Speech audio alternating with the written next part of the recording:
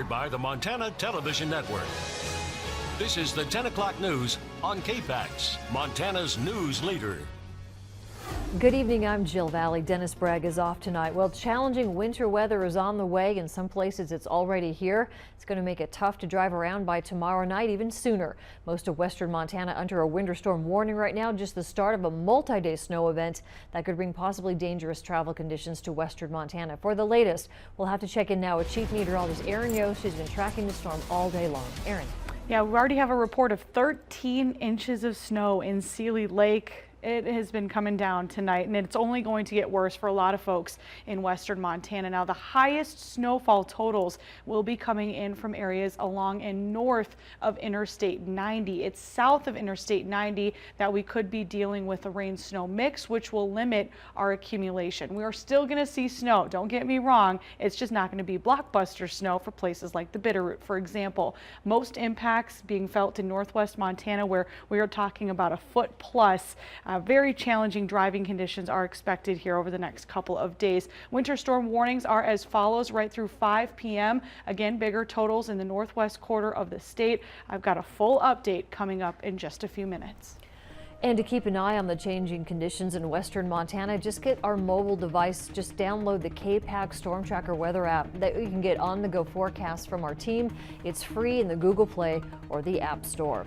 A sergeant with the Missoula County Sheriff's Office is recovering today after his patrol car got rear-ended at highway speeds while he was responding to another crash on I-90. This happened east of Missoula yesterday afternoon as Sergeant Gordon Schmill was pulled over on the highway, ready to aid in a different accident. And was just getting ready to get out of his vehicle to put the flares out when he looked up and he could see that a vehicle was spinning out of control, basically coming right at him, and a microsecond to sort of brace himself, but he was struck pretty firmly from the rear of his vehicle. You can see the damage to his patrol car in this photo. Schmill and the motorist were treated for non-life-threatening injuries. He is expected to make a full recovery. The crash is being investigated by the Montana Highway Patrol. Authorities again reminding folks, if you have to drive when it's this slick outside, go slow. Also, if you see emergency lights, proceed with extra caution. And just be aware that you need to move over as far to the left as you can, safely do so, and approach with caution, and just be aware again that something is going on, and to try and be very vigilant, especially this time of the year. Another example today, a motorist crashed into a Missoula County snowplow on the interstate. Frenchtown Rural District said on its Facebook page that the roads are still slick. And remember, when you're approaching an emergency scene, to slow down and move over. You got to let those crews get some room to work. A private jet that left the Kalispell Airport this afternoon had to make an emergency landing in Butte after it experienced engine trouble in flight. Emergency responders were called to the Burt Mooney Airport just after 2 o'clock when the crew of a Gulfstream airplane said one of its engines malfunctioned and they needed to make an emergency landing. Now, that plane was able to land safely and the 3 people on board were not hurt. They were en route from Kalispell to Salt Lake City. They got a warning light indicating that a thrust reverser was having an issue. They shut that one engine down and made an emergency landing here at Burt Mooney Airport. The FAA will investigate what happened. Rebecca Farms is a popular place for equestrian events in this summer, but this weekend it's hosting its first ever winter event in the form of a skijoring competition. MTN's Jack Ginsburg shows us how crews are setting up. Rebecca Farm is a household name here in the Flathead Valley, and they are adding another popular event to their resume this weekend as they will host their first skijoring competition. The event will have 3 divisions: novice for first-timers, sport for intermediate, and open division for the professionals. Lakeside usually does this event, but this year they handed it over to Rebecca Farm, and event director Sarah Broussard says she is ready to finally host it. It's pretty exciting for us to add something during the winter here at Rebecca Farm.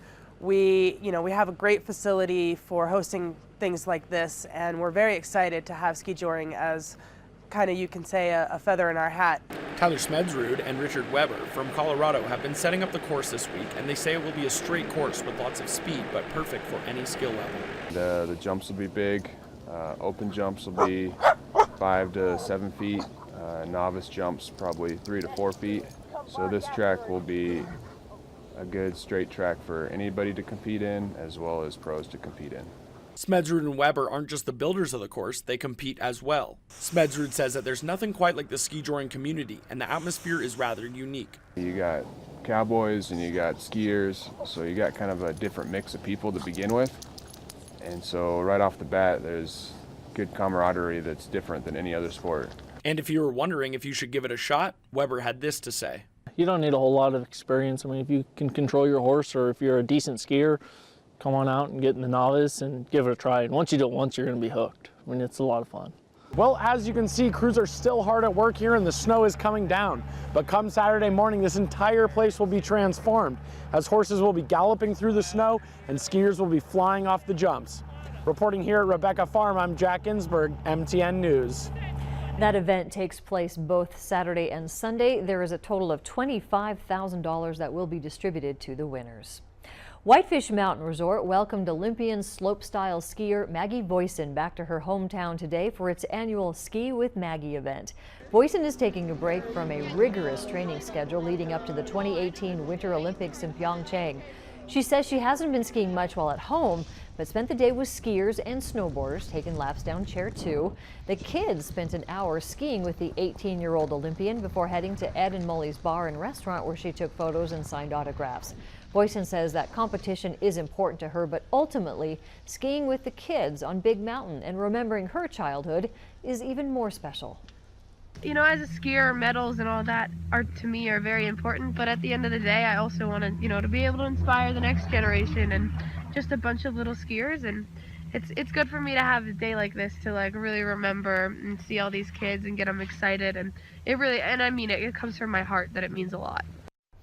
In Sochi 4 years ago, Voisin was set to become the youngest U.S. athlete to compete at a Winter Olympics since 1972. She was just 15 years old, but she fractured her right fibula in practice on the day of the opening ceremonies. If you deduct more than $10,000 in property and state income taxes on your federal return, that deduction will be capped at that amount next year. That means some taxpayers may want to pay the remainder of their 2017 property taxes by Friday to get that last full deduction. But as MTN's Mike Dennison reports, the change will not affect too many of us. Right now, if you pay local or state property and income taxes, you can deduct the entire amount from your federal taxable income. But under the Republican tax bill passed last week, any deduction for the combined amount of both taxes will be capped at $10,000 starting next year. That change is prompting some to pay the second half of their 2017 property tax bill now, instead of the usual due date in May, so they can take the full deduction this year. Lewis and Clark County Treasurer Paulette DeHart says some taxpayers have even asked if they can pay their 2018 property taxes early to get a bigger deduction this year. But she says those taxes aren't even calculated until next summer, so the answer is no. At this point in time, we cannot take any 2018 property tax payments. Yet the average homeowner or taxpayer won't be affected by this change. Statewide, only 2,100 Montanans pay more than $10,000 in property taxes in a year.